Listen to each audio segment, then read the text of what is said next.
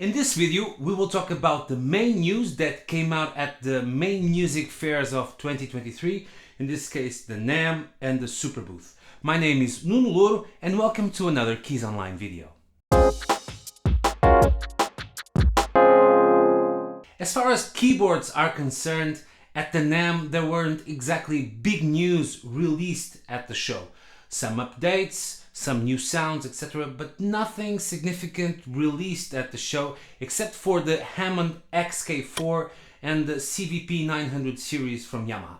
Otherwise, on display there were the very recent YAMAHA CK and Nord Stage 4, and then some synths that had already came out shortly before the fair, the third wave from Groove Synthesis, the C15 from Nonlinear Labs, and the Nina from the Melbourne Instruments. This is just to name a few, but let's talk about what's really new. Hammond Suzuki presented the XK-4, which in the range is positioned as an affordable XK5. However, it features a new sound engine, MTW2, the improved contact keyboard of the XK5, and the Leslie simulation and effects have also been tweaked and been improved. This new model has a small display to help with the parameter setting, and there are now assignable buttons to help with real-time control.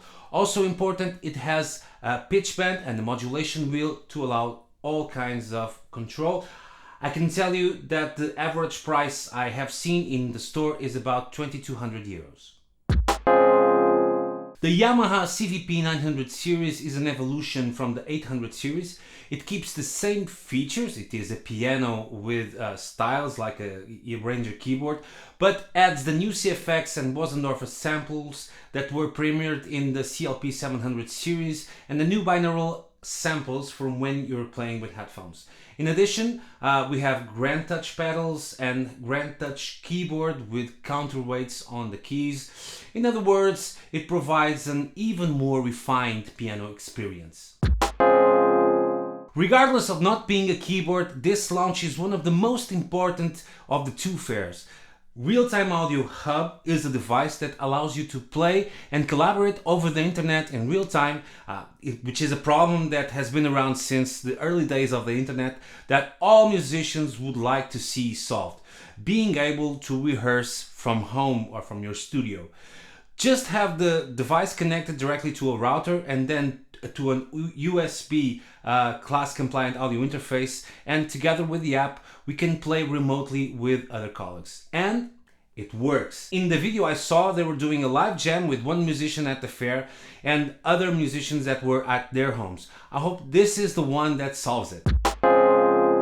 Superbooth has been gaining notoriety in the keyboard world because it is mainly aimed at synths and a more electronic genre of music that has many fans around the world. Therefore, it is normal that it has been the chosen fair for most synth releases, which makes it more and more relevant in the international music scene.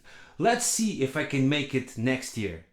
The UDO Super Gemini follows the path of the Super 6 models, but this time it has two layers with controls for each one of them, which allows you to make two completely different sounds, hence the name bitimbral analog hybrid. The keyboard has a polyphonic aftertouch, and we also have a very generous ribbon to offer a lot of expressions for the 20 voices. From all the demos that I heard, I was really impressed with the sound and the possibilities that the keyboard offers. It made me want to order one right away, but I just bought a Super 6, so I can do it both. And it took the title of the best synth at the show, which is significant. WALDORF's main attraction was the Quantum MK2, which, according to the brand, guarantees everything a synthesizer can offer. There are 7 types of synthesis for the oscillators, a keyboard with polyphonic aftertouch, a generous touchscreen so that each parameter can be edited to the smallest detail. Then we have 8 analog filters plus 8 digital filters to make the 16 voices of polyphony. Well, maybe they're right, maybe it has it all. The price of the synthesizer is also to match, as it is about 4,300 euros. The Oberheim OB-X8 desktop is the most affordable desktop version of the OB-X8 and retains all the features of the Synth OB-X8, including the ergonomics that are normally changed in models of this kind. It will cost you around 4,000 euros. Sequential has also released a new firmware for the Take 5 that adds new presets and some new effects such as a Mellotron style magnetic tape effect.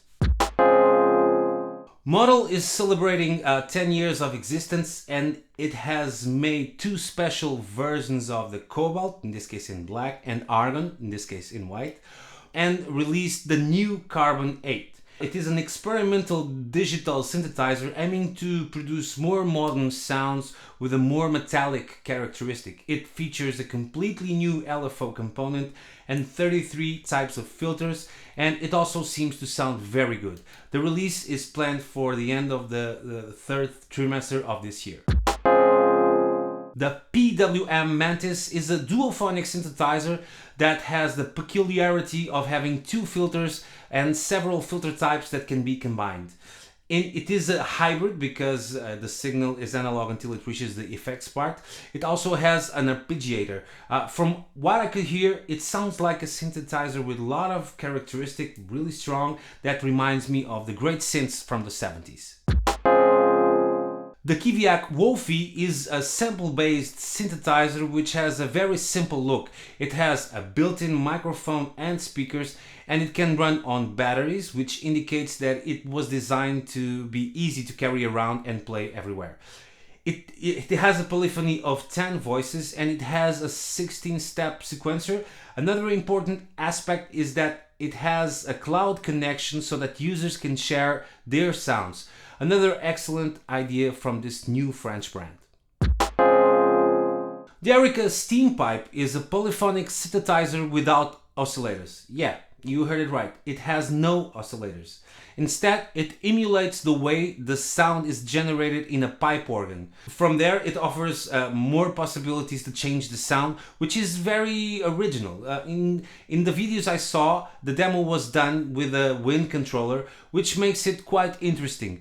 It is expected to be ready for release at later this year.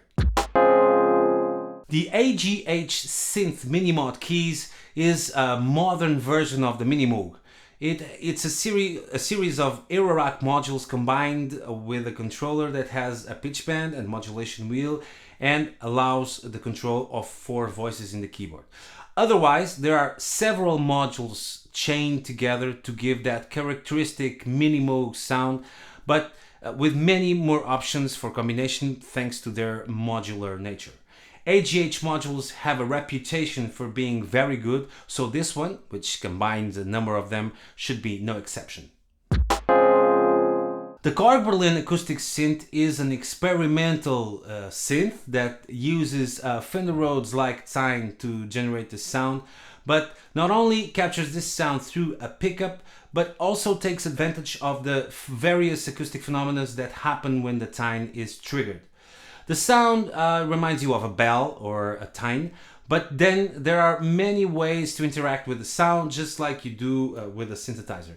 For those who like to see these experiments still in their early stages, I advise you to check it out. And these were some of the news that I found most interesting from what I saw in the huge wave of videos that have flooded the internet since these fairs started.